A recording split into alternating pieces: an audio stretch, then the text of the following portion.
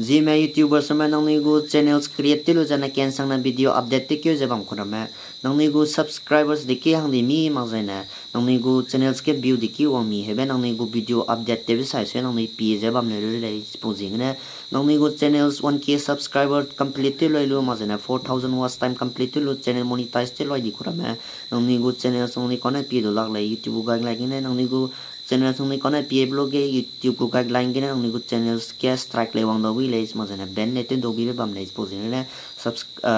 monetize te loi je bam kora men ni go channel thong ni kona pi mak te jana i wi le ma jana channel monetize te mak cha bam jana ni go channel thong ni kona pi do wi le posing ne nang ni go subscribers ma jana view nang ni go me pi ra mi be nang ni play store ge available le yt studio hebe youtube studio hebe nang ni ne download te mak cha bam la ju nang ni ne chỉ cái gửi free download tới đâu với exposing cái này mà anh topic là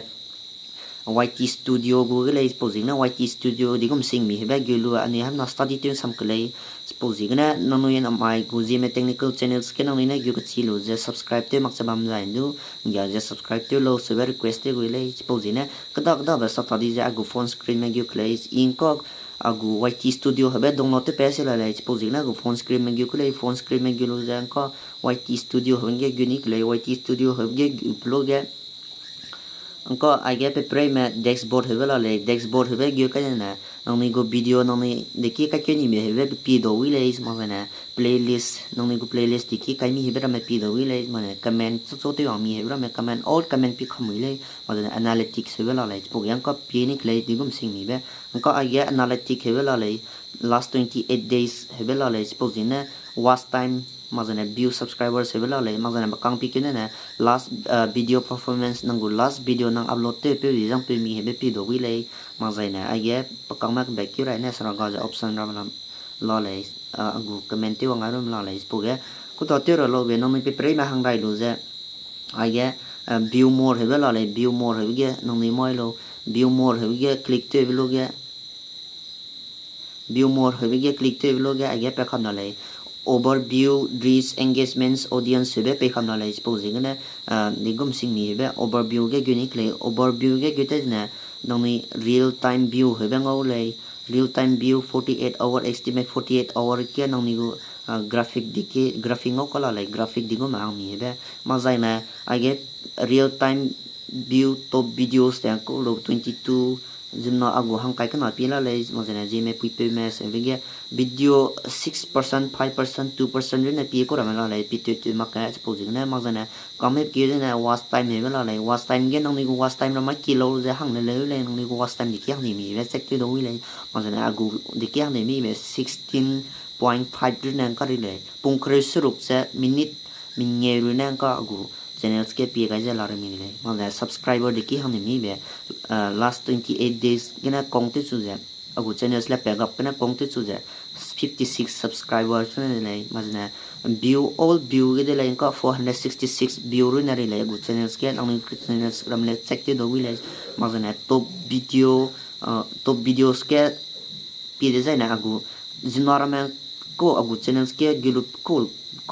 copy video na pinkin lang mi be Gmail Tech 3 how to add have get 98%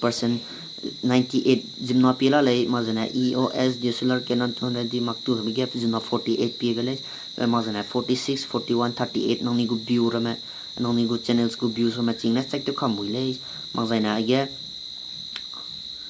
get risk have pedakle risk have parina impressions la le impressions ko lo be YouTube company na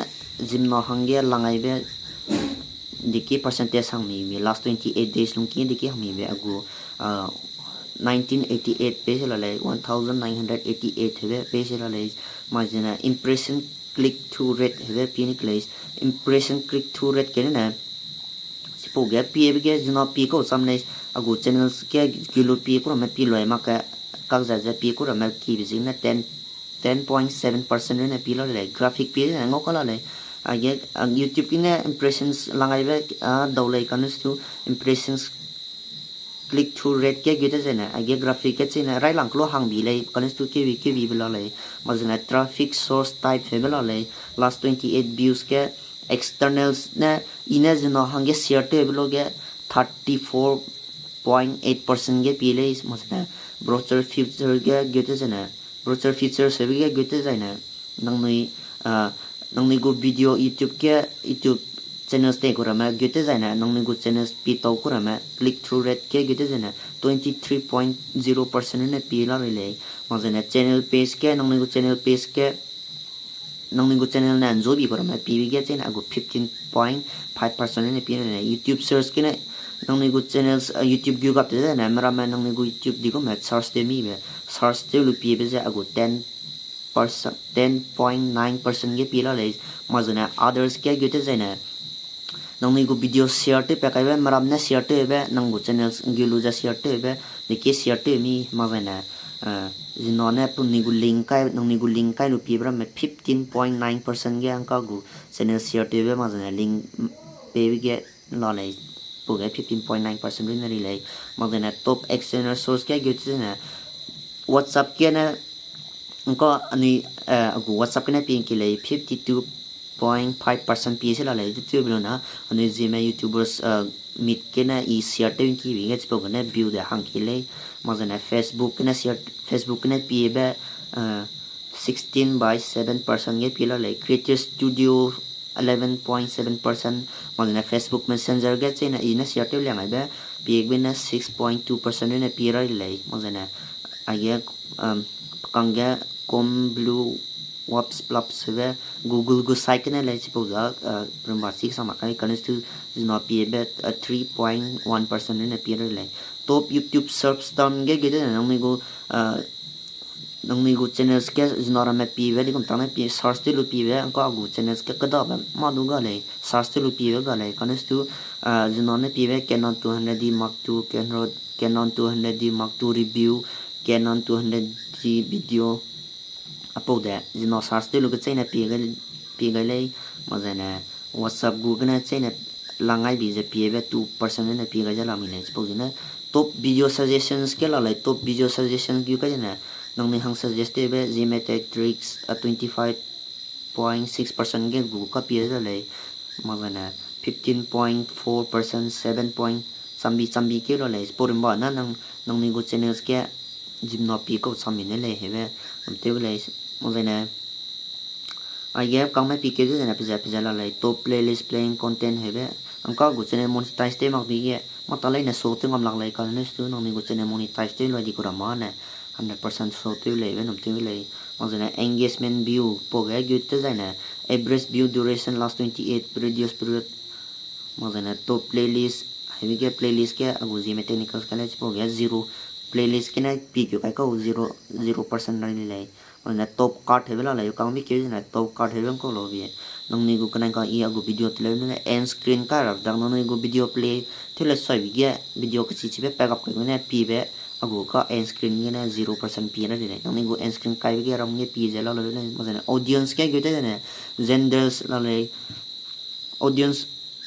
ke ge te na genders la le agu ka monetize te mak pi ma do pi la le kan se nangni go channel monetize te le lup sang ge le me pin ki mi ra me pin ki mi he ram le se po le khama se la le mazana es le pi do wi le tinkum de ki ge na pin ki mi es ram le pe khama se la tinkum de ki mi o channels ke gilu pi mi hebe nang go channels ke le check te do wi le mazana top geography se la le top geography se bien ko lo ge country India gane pi mi mazana Pakistan ne pi mi mazana kada be go country gane pi mi be ka go video pinky ve ko na pinky lo be India gane pinky le India gane 71.9% ven ka ni zim ra me numang ko ra me India ga bi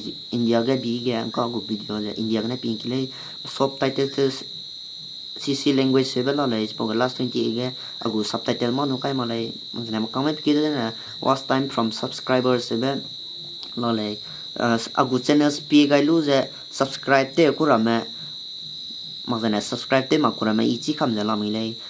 agu channels pi lu subscribe te ma ku ra me 57.7% le subscribe ne 42.3% le hedina agu channels ke gilu not subscribe te mak ku na 57.7% le subscribe te ku na 42.3% le hedina pi gai lu ja subscribe te mak ku na kiri le be ko ngopet la mi le gu channels ke subscribe te makram le kilo bam zari le others that audience watch hebela le other that audience watch heba na chi sama kai kanus to other channel that your audience watch agu channels ke subscribers te lu kurame nang kada agu channels me telu pi kurame le je anko agu subscriber me kada agu channels ke telu pi kurame le ka galari le then rai pe de le je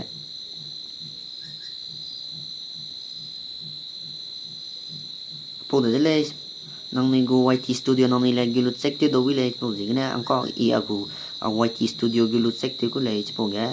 anko I agu subscribe dikimi mazena view dikimi hebe nang ni go graphic drama increase nang ni go channel increase te ba mi mazena don de ki ba mi hebe ma sekte kam ni le po sine na mai go video da po le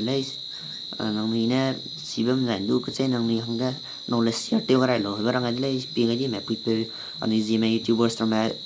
tem na tu ke le hebe rang le